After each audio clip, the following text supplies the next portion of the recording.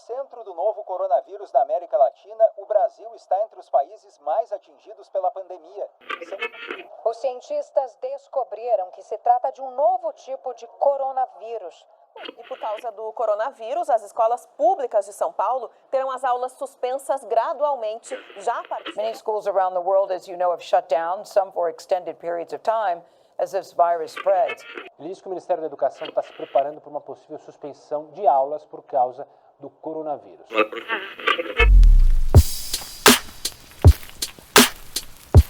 Hello, guys! Oi, gente! Bem-vindos ao Teaching in Critical Times, ou em bom português, Ensino em Tempos Críticos. Esse é um podcast pensado para você, professor, profissional ou mesmo entusiasta da área da educação e que conta com o apoio da Associação Alumni USBEA, United States Brazil Exchange Alumni, e da Embaixada e Consulados dos Estados Unidos no Brasil. Eu sou Leonardo da Silva, professor de inglês do ensino básico, técnico e tecnológico na Rede Federal. E eu sou a Priscila, sou professora de metodologia de ensino no curso de letras em inglês, também na Rede Federal. Bom, o episódio de hoje vai tratar de um assunto que tem sido pauta de discussões na área educacional, principalmente nas últimas décadas, mas que, em meio a essa complexidade posta em contexto de pandemia, ele pode, às vezes, até passar despercebido ou esquecido, sofrendo, inclusive, retrocessos perigosos. A gente vai falar hoje sobre inclusão e deficiência. A gente sabe que, historicamente, a gente percorreu um longo caminho, né, para que a deficiência ela deixasse de ser vista como uma doença, uma lesão, desse ponto de vista mais biomédico, né, que deveria necessitar de caridade ou assistencialismo, para passar a ser vista do ponto de vista social, né, como reflexo da organização do ambiente e da sociedade, que na verdade é a sociedade que é deficiente em acolher os indivíduos nas suas diferenças, nas suas especificidades, né? Para que a gente possa, então, garantir o protagonismo das pessoas com deficiência na condução das suas próprias vidas e também para que elas possam buscar os seus direitos. A gente até pode, na verdade, argumentar que ainda estamos vivendo nessa transição, né? Percorrendo esse caminho, porque ainda existem muitos preconceitos e o modelo biomédico ainda se faz presente socialmente. Isso porque muitas das dificuldades enfrentadas pela pessoa com deficiência, elas não têm necessariamente relação com o seu corpo, e sim, elas são resultados da forma pela qual a pessoa com deficiência é vista na sociedade, e essa forma muitas vezes desconsidera as diversidades entre os indivíduos e pensa nos ambientes e nas normas que não são inclusivos, que dão conta de uma necessidade de uma maioria que é, na verdade, ilusória, que é irreal. E quando a gente pensa na escola, né, ela não fica para trás, porque o ensino, muitas vezes, ele também é pensado para um aluno ideal, sem necessidades particulares, né, que é um aluno que, na verdade, não existe, né, como se a gente também tivesse uma receita de como se ensina, né. Se a gente olha para a história da deficiência na educação, foi só na década de 90 que os estudantes com deficiência puderam ser matriculados em classes regulares. E ainda assim, muitas das práticas vivenciadas por essas pessoas na escola acabam por reforçar a segregação e não a inclusão. Inclusive, se a gente for pensar no próprio termo, né, inclusão, ele pode assumir um caráter segregador se a gente pensar que ele coloca o aluno com deficiência como alguém que está na margem e que precisa ser incluído num centro pré-existente idealizado. Então, a gente pode concluir que a caminhada rumo a uma perspectiva e uma prática, né, que busca a equidade, ainda é urgente e ainda é necessária. Quando a gente pensa no contexto da pandemia, então, essas dificuldades que a gente listou até agora, elas tomam proporções ainda maiores e essas desigualdades, elas ficam ainda mais evidentes. Bom, e é por isso que no episódio de hoje recebemos aqui duas professoras que tem feito na sua prática docente, né? Tem feito da sua prática docente um espaço para transformação, para militância, para buscar uma escola mais acessível e mais inclusiva, né? Falaremos hoje, então, com a Dayana e com a Simone. Então, vamos lá. A Dayana Zanelato dos Anjos, ela é professora efetiva na rede estadual catarinense na disciplina de matemática e ela tem 10 anos de experiência como docente. A Dayana possui doutorado na área de educação científica e tecnológica pela Universidade Federal de Santa Catarina. E atualmente ela atua como pesquisadora nas áreas de aprendizagem de estudantes cegos em matemática, alteridade e educação matemática e também em registros de representação semiótica. Dayana, é um prazer te receber aqui. Bem-vinda. Prazer, muito obrigada por esse convite. Estou muito empolgada, muito emocionada por estar conversando com vocês hoje. E a nossa outra convidada é a Simone de Mamão Ferreira. Ela é professora de Educação Especial no Colégio de Aplicação da UFSC e doutoranda em Psicologia na UFSC também. Ela trabalha há 17 anos na área da Educação Especial, atuou no atendimento educacional especializado nas prefeituras de São José e Florianópolis, na Sala Multimeios, e na Associação Catarinense para a Integração do Cego. Ela é pesquisadora sobre os estudos de deficiência. Simone, muito obrigado por aceitar o nosso convite e por estar aqui hoje com a gente. Eu que agradeço, muito obrigada por essa oportunidade e estou muito feliz por poder falar aqui com vocês. Que legal, meninas. Então, vamos lá. Vamos começar com uma pergunta que eu queria fazer para vocês duas, na verdade. Se a gente analisar a história da deficiência no Brasil, é possível dizer que os avanços obtidos eles têm sido, de certa forma, lentos e dificultosos. Ainda assim, atualmente, a gente tem um modelo social da deficiência, né? Que ele tem informado algumas mudanças, tanto na legislação, quanto também uma mudança em perspectivas que em diferentes instituições e dentro dessas instituições, as suas normativas, elas têm sobre a deficiência, né? Impactando, então, o ensino de todo o país. Eu queria perguntar para vocês quais são os princípios desse modelo social da deficiência e qual a importância dessa perspectiva para a educação brasileira. Bem, recentemente nós nos debruçamos, sobre o modelo social da deficiência, que é muito discutido e também estudado pela antropóloga Débora Diniz, que é professora da UNB, uma referência nessa área, em todo o nosso país, bem como também com o professor Adriano Nuemberg e a professora Marivete Gesser, que são do curso de Psicologia aqui da Universidade Federal de Santa Catarina, que atuam tanto na graduação como na pós-graduação. Eles todos são referências nessa área, além de outros autores também em âmbito nacional e internacional. Tanto nas minhas pesquisas, quanto nas pesquisas da professora Simone, eles têm aparecido, eles têm surgido e têm nos ajudado a conseguir pensar sobre esse modelo e sobre todo esse contexto.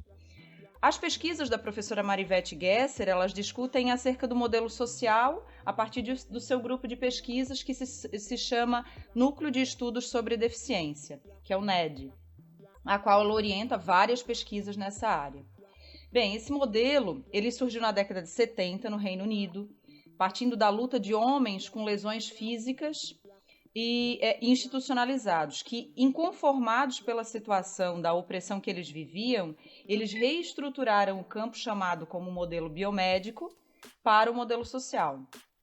O Michael Oliver, um sociólogo da época, ele foi pioneiro nesse modelo social e ele preconizava que a deficiência ela não deveria ser vista como algo trágico e individualizado, nem focado no déficit ou mesmo na falta, mas transferir a responsabilidade para uma sociedade, para essa sociedade se reestruturar o espaço para receber a diversidade humana e entre essa diversidade as pessoas com deficiência, corroborando assim para a necessidade da justiça social.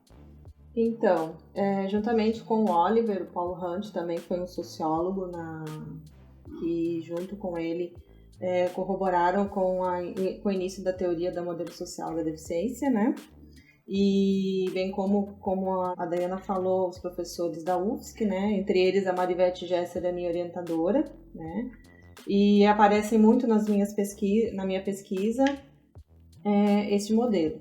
Então, para os estudiosos que já mencionamos, os estudiosos e estudiosas, o modelo social da deficiência, ele encara a deficiência como parte da diversidade humana, né? E não como uma desvantagem, né? Em que se almeja a normalização, como seria o caso que o modelo biomédico traz, né? Então, neste modelo, não se coloca a pessoa com deficiência como um peso sobre o sujeito ser deficiente.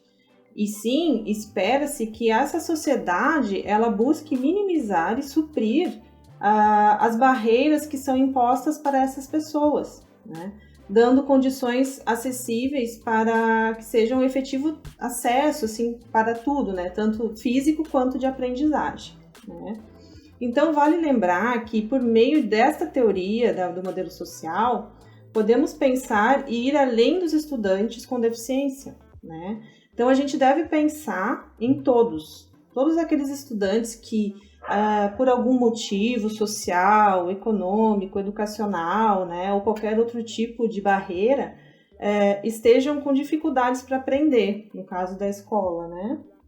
E nós, como educadores e educadoras, precisamos perceber essas diversidades que compõem e fazem parte dos nossos estudantes, né, a sua condição humana. E compreender que temos tempos e formas de aprendizagem. Então, precisamos olhar nos nossos estudantes com relação a isso, né? E também trazendo o modelo social, os estudos feministas de segunda geração desse modelo, que é trazido como autora Eva Kitai, né? Elas, além de outras, né, trazem elementos para que esse modelo social que os estudiosos anteriores não haviam se detido, né? Essas estudiosas da área, elas questionam sobre os ideais de autonomia e independência, e bem como a experiência da dor, né, do corpo com deficiência, trazendo que esse corpo sente dor, né, e introduzem os conceitos como a interdependência. Então, a interdependência, todos somos e nos relacionamos de alguma forma com o outro em algum momento da vida, né? Então, também trazem essas autoras a experiência da deficiência, né, e a necessidade de uma ética do cuidado para com o outro, de acordo com as suas necessidades, e que corrobora com as questões de justiça social, né? Então, diante disso, a teoria do modelo social permite romper com essas concepções que temos enraizadas no nosso imaginário, né, que a gente vê as pessoas, acredita que toda pessoa com deficiência é aquele sujeito que tem um corpo que tem, entre aspas, falta algo, né? Então, é que precisa ser normalizado, buscar o normal. E se a gente for pensar bem, de que normal, né, esse que a gente está falando? Afinal, o que é ser normal?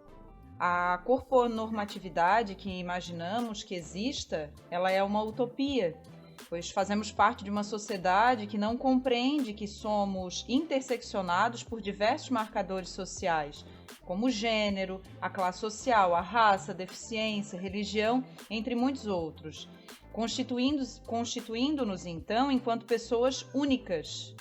E, de qualquer forma, alguns são mais privilegiados que outros em diversos fatores. Né? Então eu devo, enquanto uma pessoa privilegiada, respeitar a diversidade e buscar combater os preconceitos. Ótimo. Agora eu queria ouvir um pouquinho da Simone, né? Pensando na tua experiência enquanto professora de educação especial, né? Que tem trabalhado então com ensino nesse contexto, né? A gente sabe que ainda tem muitas crenças e preconceitos sobre quais são as reais necessidades e quais são as adaptações para um ensino que vá proporcionar, de fato, a equidade, né? Queria saber como é que se dá isso na prática, né? Na prática inclusiva na educação e quais caminhos que a gente deveria tomar enquanto professor, né? Para nos aproximar desse ideal. Então, como que a gente pode tentar ver essa teoria, né? Um pouco mais na prática? Primeiramente, precisamos compreender, né, que a educação especial ela se difere da educação inclusiva, porque muitos ainda compreendem como sinônimos e não o são, né? Então, só para explicar rapidamente, né, que a educação especial ela se constitui como um serviço que é organizado para atender o chamado público-alvo, que os estudantes com deficiência, né, os transtornos do espectro autista e altas habilidades de superdotação, que são indicados nas legislações da área, são o público-alvo para este serviço, né? E ele vem no sentido, a educação especial vem no sentido de complementar e suplementar a formação junto com o que é trabalhado em sala de aula, né? Então, ele não é um substitutivo, né? Então, a escola, e digo a escola, as pessoas que trabalham, né, nesse espaço, precisam compreender que o atendimento educacional especializado, chamado AEE, que é realizado pelos profissionais da educação especial e ele é realizado em sala de recursos multifuncional, que pode ter um outro nome em outros municípios no estado, como sala de multimeios, sala de atendimento educacional especializado, enfim, né? Ele realiza esse atendimento, né? E constitui-se nesse serviço e que tem atividades específicas, diferenciadas da sala de aula, como o ensino do braille, a língua brasileira de sinais, tecnologias assistivas, né? Entre outras especificadas principalmente na Resolução Federal número 04 de 2009, que traz sobre as diretrizes operacionais para o AEE. E essas atividades, elas vêm no intuito de contribuir para que o estudante público-alvo da educação especial possa potencializar ainda mais suas habilidades e contribuir, de alguma forma, o seu processo de ensino em sala de aula, né? Já a educação inclusiva, ela é uma perspectiva ampliada, né? Ela abrange a todos os estudantes, independente da sua condição, né? Sendo que todos se beneficiam e aprendem de forma significativa. Então, como colocam alguns autores que vêm estudado, como Vale e Connor, que são estudiosos dos estudos sobre deficiência na educação, eles indicam que a inclusão ela deve ser vista como um recurso rico para todo mundo, né? Ao invés de um problema que vai ter que ser superado. E que as salas de aula inclusivas reconhecem e respeitam e se apoiam nos pontos fortes que os tipos de diversidades trazem para esses espaços, né? Então, é muito importante que a escola, como um todo, tenha essa compreensão, esse entendimento sobre a diferença que existe entre educação especial e educação inclusiva. Porque é necessário uma reorganização, uma organização de currículos e planejamentos que envolva as diversidades existentes nas salas de aula, né? O uso de múltiplas metodologias, múltiplas estratégias, né? A organização de atividades, elas podem contribuir para o aprendizado de todos, mas os profissionais envolvidos devem ter como premissa de que o processo de ensino deve atingir a todos, né? Isso se torna um desafio, mas é preciso se envolver e trabalhar de forma colaborativa. Todos devem fazer a sua parte, né? Não apenas um ou outro, mas um trabalho compartilhado. E dentre esse trabalho compartilhado, a família deve estar envolvida também, né, no decorrer desse processo. Então, procurando colaborar para que esse trabalho realmente se efetive. Então, a inclusão, ela requer atenção e trabalho contínuo, para além do estrutural. É um despir-se de preconceitos e atitudes capacitistas que ainda temos estruturado em nossa sociedade. Nossa, Simone, muito interessante essa diferença que tu traz. Eu acho que ela deixa muito claro, para quem está nos ouvindo, o quão importante é a gente entender que, enquanto professor, a gente está ali fazendo um trabalho para toda a turma, né? Não apenas para uma parte da turma que não seria, que é composta de pessoas que não são pessoas com deficiência, e aí a pessoa com deficiência na turma, quem vai dar conta das necessidades dessa pessoa é o segundo professor ou o professor de educação especial, enfim, cada instituição tem um nome, né? Eu me lembro, inclusive, de algumas experiências que eu já tive como professora, enfim, na escola e lidando com necessidades de pessoas com deficiência, e eu me lembro de algumas escolhas que eu fazia pensando nas necessidades desses alunos com deficiência. Depois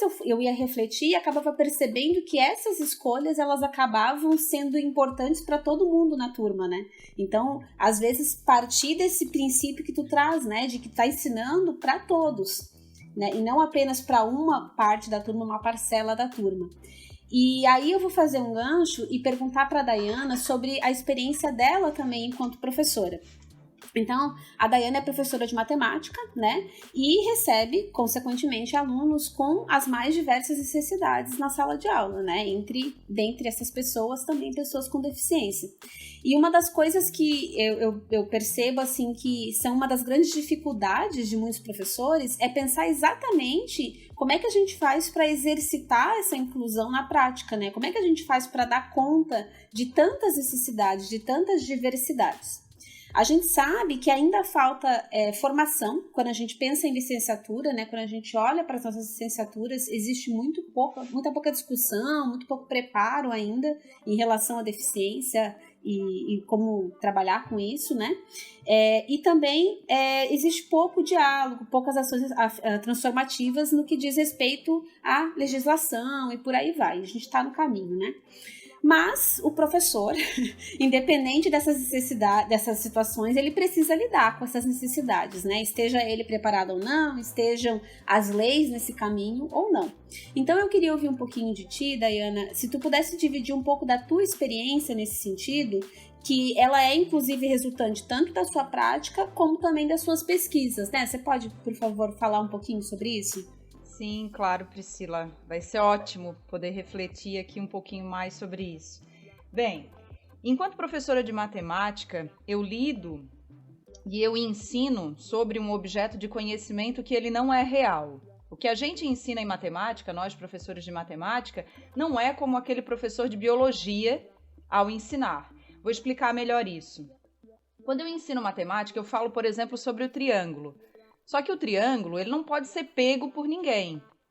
Ele é algo que é ideal e não é real. Então, esse objeto de conhecimento, ele só pode ser percebido pelas pessoas a partir do momento que a gente representa, seja no quadro, seja no caderno, através de um desenho, através de uma figura ou através de uma equação. Só que essa questão epistemológica da matemática, ela é o primeiro ponto para a gente dizer que a disciplina ela já é diferenciada para ser ensinada. Nesse caldo todo aí, a gente vai colocar também a questão da deficiência, né? Das deficiências e da inclusão.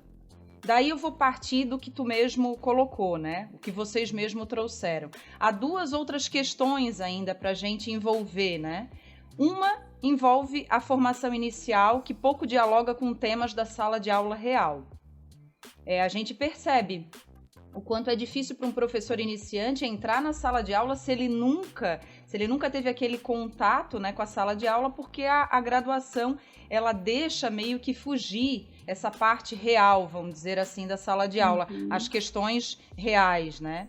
E ela peca um pouco na explanação sobre leis que contemplam ou que competem à inclusão escolar. Então, a gente fica, né, também com essa outra dificuldade. Mas, se a gente for pensar na sala de aula, realmente, na sala de aula efetiva e naquilo que a gente pode realmente lidar, eu vou dizer para vocês que eu tomo um posicionamento como se fosse uma pessoa indagadora. Eu chamo de posicionamento indagador, né? Eu me coloco como uma pessoa que está sensível a questionamentos a todo momento. Eu vou exemplificar para ficar melhor. Se na sala de aula que eu leciono há um estudante cego, por exemplo, quando eu vou ao quadro negro expor um conteúdo, vale ter a sensibilidade de, além de perguntar aos estudantes da sala, vocês entenderam o que está no quadro? Vale ter essa sensibilidade de explicar que o que está no quadro é uma fração, que o numerador é 5 e o denominador é 9. Cabe também, ao pensar em uma avaliação, vamos supor, que eu construa um enunciado bem mais curto e bem mais objetivo, lembrando que a leitura em braille para o cego ela é mais lenta e mais cansativa. Mas, claro, todas essas atitudes elas só se darão para professores que buscam se perguntar, bem, afinal, o que o estudante precisa para aprender? Como é que eu vou tornar a minha sala de aula acessível a esse estudante e a todos os outros estudantes? Como é que as pessoas aprendem, né? Por isso, eu falo desse posicionamento indagador. É a sensibilidade de perceber o outro e de entender que ao travar contato com o aluno, ao travar contato com cada aluno, né, existe ali também a constituição de mim mesma como professora. Ele me ensina também. Cada aluno ele tem essa capacidade de te ensinar. Cada um deles, né, nos constitui também como professor. Cada um desses alunos tem o potencial de nos formar também.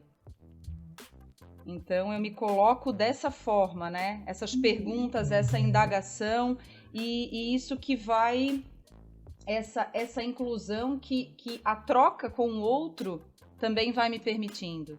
E eu acho que isso tem a ver com o fato de que o professor ele nunca está pronto, né? Não existe uma receita, então é algo que é construído no dia a dia a partir dessa postura que você tem de estar aberto para o diálogo, para a reflexão, né? E buscando promover a inclusão a partir dos desafios que se colocam diariamente, né? Sem dúvida, e eu também vejo que a inclusão, né, quando a gente começa a falar, a discutir, a gente muitas vezes idealiza, né, atitudes gigantescas ou que precisam, assim, de, vamos dizer, de muito valor, né, de muito, até mesmo de muito dinheiro envolvido, projetos tal, mas eu tenho percebido cada dia mais que pequenas atitudes também colaboram muito, sabe? Pequenas atitudes de um grupo que está pensado, né? Que pensa na inclusão, elas valem muito também. Elas surtem muito efeito. Eu acho que a palavra principal é aquela que tu colocou, né, Daiane? É sensibilidade, né? Você estar aberto para olhar para os seus alunos, né? E perceber as necessidades que eles podem trazer para você, né? Então é essa sensibilidade, essa abertura, né? Eu acho que seria uma das questões chaves aqui. Uhum. Isso. Eu queria que a gente continuasse pensando nessa linha, né? De certa forma a gente já falou um pouco sobre isso, mas eu queria que a gente se aprofundasse um pouco nessa questão. Se a gente pensar, então, que a exclusão das pessoas com deficiência se dá por uma questão social, né? Ou seja, que a sociedade em geral ela não contempla as especificidades dos diferentes sujeitos que a compõem, né? E não oportuniza o acesso a todos verdadeiramente. E se a gente pensar que a escola, como parte da sociedade, ela pode questionar ou acabar reforçando essa exclusão por meio das suas práticas, né? Como que eu, enquanto professor, ou como que o nosso ouvinte, enquanto professor, pode tornar a sala de aula um ambiente mais inclusivo, né? E como vocês falaram, eu só vou pensar na inclusão ou nesse aspecto quando eu tiver alunos com deficiência.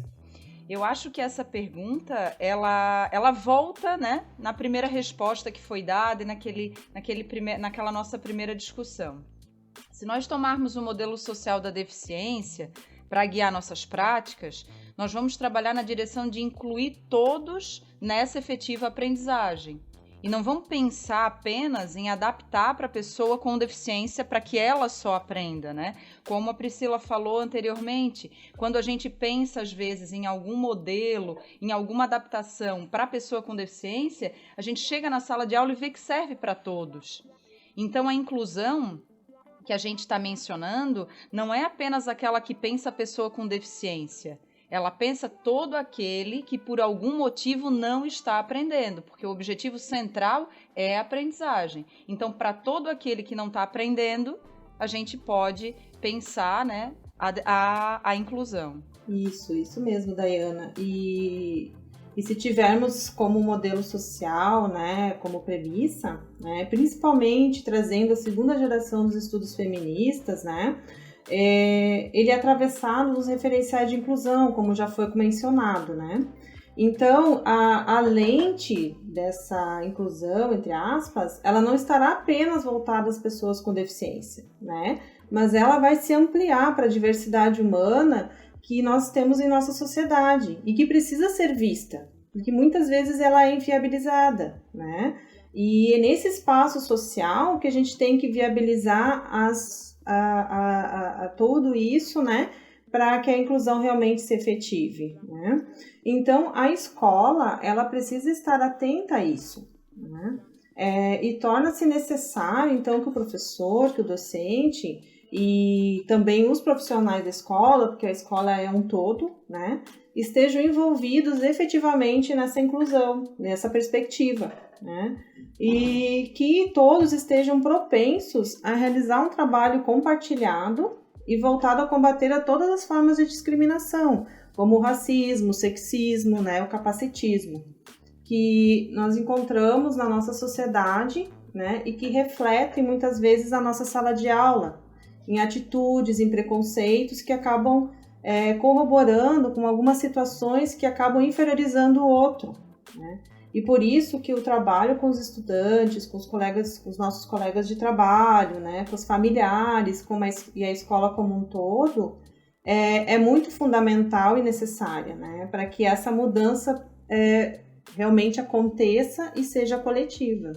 Eu fico pensando assim que os estudos da deficiência, eles vêm como uma forma, inclusive, de derrubar essa ideia, né, do deficiente, a pessoa com deficiência como um coitado, enfim, né, uma pessoa, como tu coloca, né, todo esse preconceito trazido pelo capacitismo, e ele acaba fazendo com que a gente perceba que a ideia da inclusão, na verdade, ela é para todos, né, você acaba por derrubar essa ideia de que a gente tem que pensar em algo especial para o aluno com deficiência, né? Na verdade, a gente está pensando no ensino como um todo, né? Então, a importância dos estudos com deficiência acaba assumindo um papel ainda maior, né? É o que me parece. E isso, eu acho que é importante salientar que isso não quer dizer também que a gente quer apagar as diferenças, né? Muito pelo contrário. A ideia é reconhecer as diferenças, né? As especificidades de cada indivíduo, né? E acolher as necessidades, as diferentes necessidades. Isso, é nesse sentido, assim. As diferenças, elas existem, elas precisam ser respeitadas, né? Aquela pessoa com deficiência, ela é uma condição, né? Cada um tem a sua condição que precisa dos seus aparatos, que precisa diante das suas necessidades. Então, a gente não pode apagar a experiência da deficiência, né? Nós não experienciamos a deficiência, uma pessoa com deficiência sim, então ela vai ter o seu lugar de fala, ela vai ter a sua forma de trazer isso, ela precisa ser ouvida, né? Então é nesse sentido, assim, e combater o capacitismo estrutural é combater formas de preconceito, palavras que muitas vezes utilizamos no dia a dia e que muitas vezes não nos damos conta que estamos inferiorizando o outro, né? Então, tudo isso ele tem que ser combatido e tem que ser percebido, porém, não podemos esquecer da questão da experiência da deficiência e daquela vida que tem as suas especificidades, né, e que precisam ser respeitadas.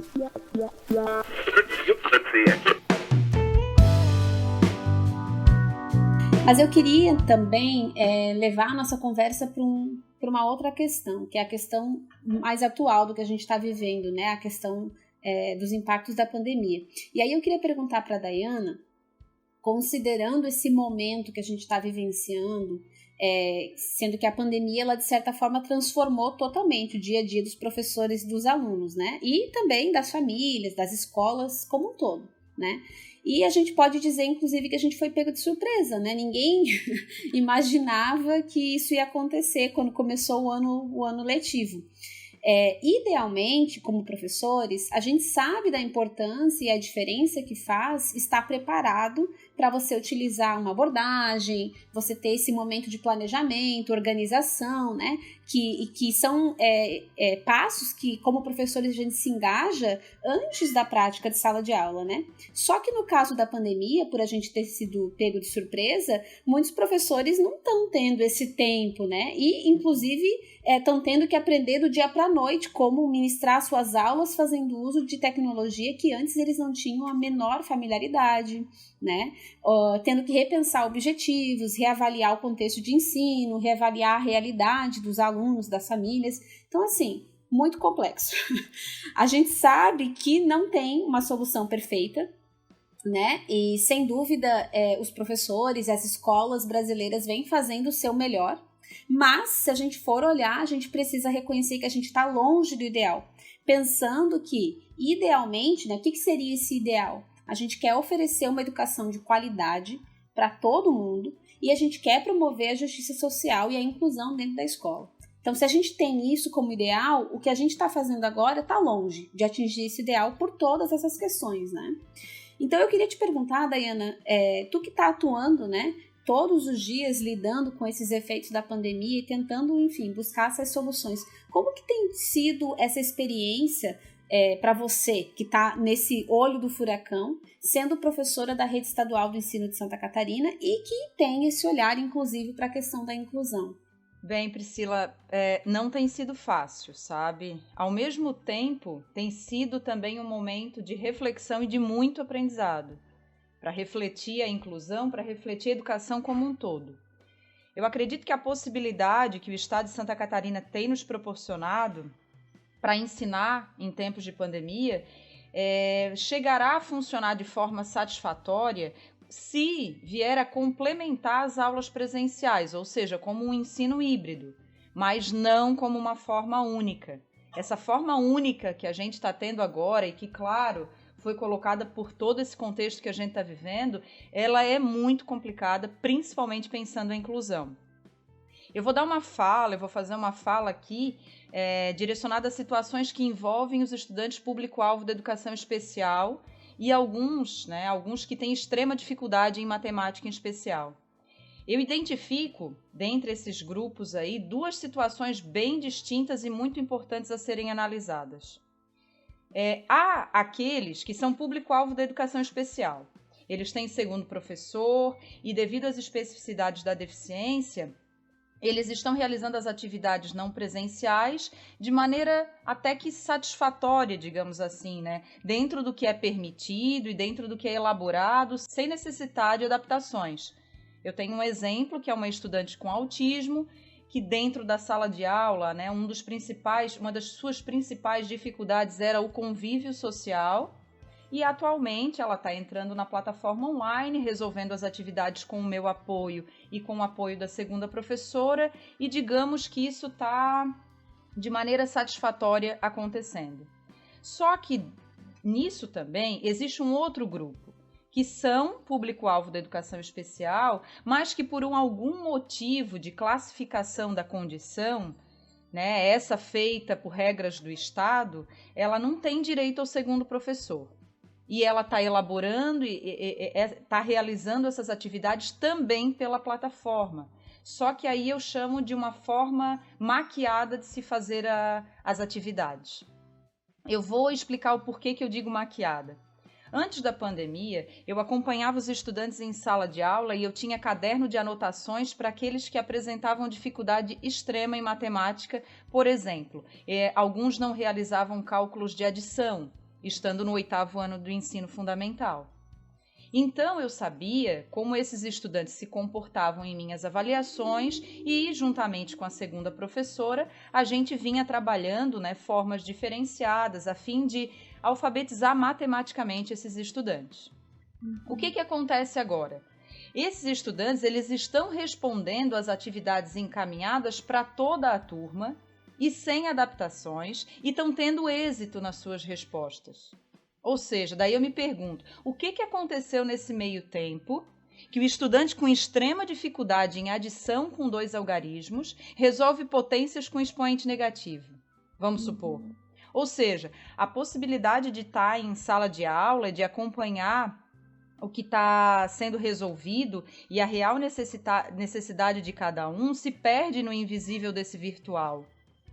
Esse estudante ele pode estar sendo ajudado pela família, que ao invés de contatar a escola e solicitar, né, algumas atividades, algumas outras atividades que possam estarem direcionadas a essa sua aprendizagem, conversar frente às dificuldades, ele responde dessa forma, sem esse contato, e a gente aqui, enquanto professor, fica perdido, né? Nós perdemos a possibilidade de uma efetiva aprendizagem quando isso acontece. Então, pensar em inclusão nessa época de pandemia, a gente pensa nessas variadas, sabe? Nessas variadas possibilidades que vão acontecendo. E aí a gente vê, né, que o modelo social, ou que pensar a inclusão, não é só pensar a pessoa com deficiência mesmo, é pensar esse todo, né? Essas pessoas que têm extrema dificuldade, ou agora, nesse período, essas pessoas que não têm acesso à internet, por exemplo. que quando eu elaboro uma atividade que é pensada online, ela vai com anexos de vídeos, ela vai com figuras, com imagens, com animação. E quando eu elaboro essas atividades impressas, elas vão totalmente secas ali, vamos dizer assim, né? Só com as letras. E isso, claro, tem total impacto na aprendizagem do estudante. Então é esse um dos grandes desafios, né, que a gente tem enfrentado. Um dos, né? Um dos, São muitos. Muito bem. Eu queria ouvir um pouco da Simone também, depois de a gente saber, né, conhecer um pouco mais da perspectiva de quem está vivenciando esse contexto, né? Eu queria saber, na visão da Simone, quais são os possíveis impactos e retrocessos da pandemia na educação básica, se a gente pensar especificamente na questão da inclusão, né? Então vamos tentar olhar agora para uma perspectiva mais macro, né? Então, estamos vivenciando, né, a pandemia, né? É uma situação mundial, né? E que está para além dos limites entre os países, né? Nos projetando para situações de solidariedade e de humanidade para com todos, independente do lugar que se mora, independente da sua crença, da sua raça, deficiência, gênero, né?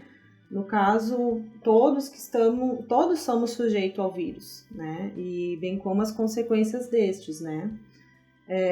Mas como a gente já abordou anteriormente, como a gente já conversou, algumas pessoas, elas são mais privilegiadas que as outras, né, na nossa sociedade, né? Pois se a gente pensar na quarentena e nessa situação de pandemia, alguns grupos sociais, eles são mais vulneráveis, né, que outros, e convivem com violências, como o caso de mulheres, né, pessoas idosas, as pessoas com deficiência, vivenciam mais violências em casa, né? A questão da fome também, em comunidades mais carentes, né? E se a gente tem que pensar também que se não há como fazer um distanciamento social se você mora numa favela, em uma casa com um cômodo para abrigar de 4 a 5 pessoas de uma mesma família, né? Ou às vezes 2 famílias, né? E nesse momento a gente precisa refletir que está vindo à tona as desigualdades que existem na nossa sociedade, né? Com essa pandemia, com essa quarentena, né? Então, pensando no viés dos impactos e os retrocessos, né, que podem vir a acontecer na educação básica com essa pandemia, contribui ainda mais para ampliar os abismos já existentes na escola, né? Pois muitas pessoas não têm acesso à internet, como bem falou a Dayana, né? Ou não tem um computador, um notebook, e às vezes quando tem, precisa compartilhar com os pais que trabalham em casa, né? Ou também para muitas famílias, lhes falta alimentação, e muitas vezes os estudantes vão para a escola para se alimentar, né? E com as escolas fechadas acabam passando acabam passando fome, né? Então a gente tem que ver as diversas situações, né? E como já falei, que além dos outros fatores como a ampliação da violência e tem também a falta de local adequado para os estudos, que constituem muitos elementos que perpassam o cotidiano de muitos dos nossos estudantes e que se intensificam nesse momento, né? No caso dos estudantes com deficiência, por exemplo, as questões sociais, elas se ampliam ainda mais, pois às vezes em casa eles não têm disponível todo o aparato, como tecnologias de acessibilidade ou uma acessibilidade necessária para a realização de atividades, né? Algumas famílias também elas não se envolvem efetivamente no que é proposto, né? Claro que não vamos generalizar, há famílias que, né, ajudam e que estão junto, né, com esse trabalho, mas há famílias que não realizam, que não estão conosco, né? E muitas vezes alguns estudantes eles fazem atividades, a família faz por eles e não com eles, né? A família não media, acaba fazendo por eles e aí acaba mandando atividades que anteriormente não faziam em sala, que era organizado de uma outra forma, e que agora estão chegando, né? Como bem a Dayana já falou, né? E também a gente precisa trazer a falta de acessibilidade, muitas vezes, em vídeos, nessas videoaulas, né? Às vezes a criança precisa, ou o estudante precisa de uma Libras, né? A língua brasileira de sinais, algumas legendas, audiodescrição de imagens para pessoas com cegueira ou baixa visão, né? Ou materiais organizados para esses, né? Por isso que a importância da escola ter ciência das necessidades e as potencialidades desse sujeito, desse estudante, né? Assim como para os demais, para que efetivamente a gente contribua para um processo de aprendizagem efetivo, mesmo nesse período de distanciamento social. Então, portanto, diante do que a gente está vivenciando, do que a gente vivencia, a gente pode refletir sobre as desigualdades existentes, né? E os acessos, muitas vezes, precários da maioria dos nossos estudantes. Pois até quando a gente oferta atividades impressas, né, muitos têm dificuldade para buscar na escola. Realmente é uma situação que intensifica desigualdades, porque muitas vezes uma criança para buscar uma atividade, ou um pai ou uma mãe para buscar a atividade na escola, atividade impressa, ou ela tem o dinheiro para comprar o pão de cada dia, ou ela tem que ir lá buscar atividade. Então, a gente precisa pensar muito sobre isso, né? Essa desigualdade se intensifica mesmo. Uma coisa que eu fico pensando, assim, é que, basicamente, existe uma sobrecarga muito grande sobre todo mundo, né? As famílias tentam fazer o seu melhor, mas estão lidando com muita coisa, as próprias crianças, enfim, alunos. O professor também vai tentar fazer o seu melhor, mas também está lidando com essa sobrecarga de responsabilidades da vida própria, e isso só me faz pensar a importância da gente olhar para as escolhas que a gente está fazendo enquanto educação, né, como um todo, e começar a refletir o que está funcionando,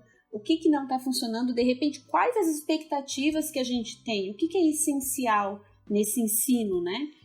E o que de repente precisa ser repensado, ser descartado, substituído. Sim. Enfim, eu acho que é um momento, sem dúvida, de repensar, né? Nesse sentido, eu queria pedir para vocês duas deixar um recado para esses professores e para essas famílias que estão vivendo esse momento delicado, né? O que a gente tem a dizer para essas pessoas? Bem, primeiramente que, né, para os pais que acompanhem o seu filho na medida do possível, que perguntem o que está acontecendo e de que maneira que eles podem ajudar. O apoio do pai e da mãe e o interesse ao que é desafio para a pessoa é muito importante para a aprendizagem desses alunos, né? Entrem em contato com a escola, busquem auxiliar os seus filhos a tirar suas dúvidas junto à instituição também, que às vezes eles mesmos não sabem como fazer. Use as possibilidades de comunicação virtuais que são permitidas em cada instituição para manter o contato com os professores. Porque, como eu estou dentro de tudo isso como professora, os professores eles estão disponíveis para tirar dúvidas, para conversar e também para receber elogios, pois a gente está trabalhando incansavelmente para levar o melhor que a gente possui, nosso conhecimento, para todos os seus filhos. Então, diante dessa situação, né, de pandemia que estamos vivendo e a necessidade de organização, né, urgente do ensino remoto e da educação à distância, né, que vai abrindo um novo mundo para todos, né, não estávamos acostumados com isso, né, abriu para os pais, para os professores, para a escola, né. Então, nesse momento em que há uma nova reorganização dessa forma da educação, né, no caso, as famílias elas precisam estar atentas e engajadas no processo educativo dos seus filhos, né, acompanhando nas atividades, observando as dificuldades, buscando auxílio dos professores, dos orientadores, dos gestores, né, para que também amenize essas angústias e as dificuldades que vão sendo encontradas no decorrer do caminho, né? A gente precisa se apoiar. Então, a gente sabe o quão que é difícil, né, para todos essa situação, né? A gente sabe que uns são mais privilegiados que outros, né, na nossa sociedade, como a gente já conversou. mas precisamos, então, buscar uma ajuda, uma rede de apoio para que a gente possa minimizar as situações que estamos vivenciando e tentar diminuir as fronteiras que existem entre nós. Então, tentar suprimir o máximo possível das nossas dificuldades e buscar essa ajuda, né? Meninas, muito obrigada. E eu vou aproveitar e vou ressaltar. Eu acho que a gente precisa também muito de posicionamento dos nossos governantes, de suporte, de apoio, porque, né, não só as famílias e não só vocês, queria inclusive dar parabéns, né, pelo trabalho que vocês têm fazendo. A Dayana, em particular, que está atuando, a Simone está agora no doutorado, né, Simone? Você não está atuando na escola diretamente nesse momento, mas ambas, enfim, um trabalho fantástico. E eu acho que a gente precisa de suporte, a gente precisa de apoio, né? Então fica também aí esse pedido. Bom, eu queria agradecer imensamente, né, por terem aceito o nosso convite, por estarem aqui nesse momento discutindo questões que eu acho que são tão importantes e levando, né, essa reflexão a professores, aos pais também, né? Sobre esse momento que é um momento que exige ações coletivas, né? Envolvendo famílias, professores, equipes educacionais, né? E também políticas públicas, como a Pri falou. Então fica aqui o meu muito obrigado. Obrigado, Simone. Obrigada, Léo. Obrigado, Priscila, por essa oportunidade, né, de estar aqui conversando com vocês um pouquinho. Obrigado, Dayana. Muito obrigado, Priscila e Leonardo, por essa possibilidade. A gente fica muito feliz por poder discutir um pouquinho mais sobre o que é a nossa educação e sobre o que será também. A gente que agradece. Obrigada, um prazer ter vocês aqui. E para finalizar, né, a gente gosta de deixar sempre o nosso e-mail para que você que nos ouve possa enviar comentários, sugestões, perguntas, relatos, enfim, sinta-se à vontade, né? O nosso e-mail é contato.ensinocritico@gmail.com. Você pode seguir a gente também nas redes sociais e não deixe de entrar em contato. Acompanhe os outros episódios, né? E nos vemos por aí. Um abraço, até mais. Tchau, tchau, obrigada. Tchau, tchau.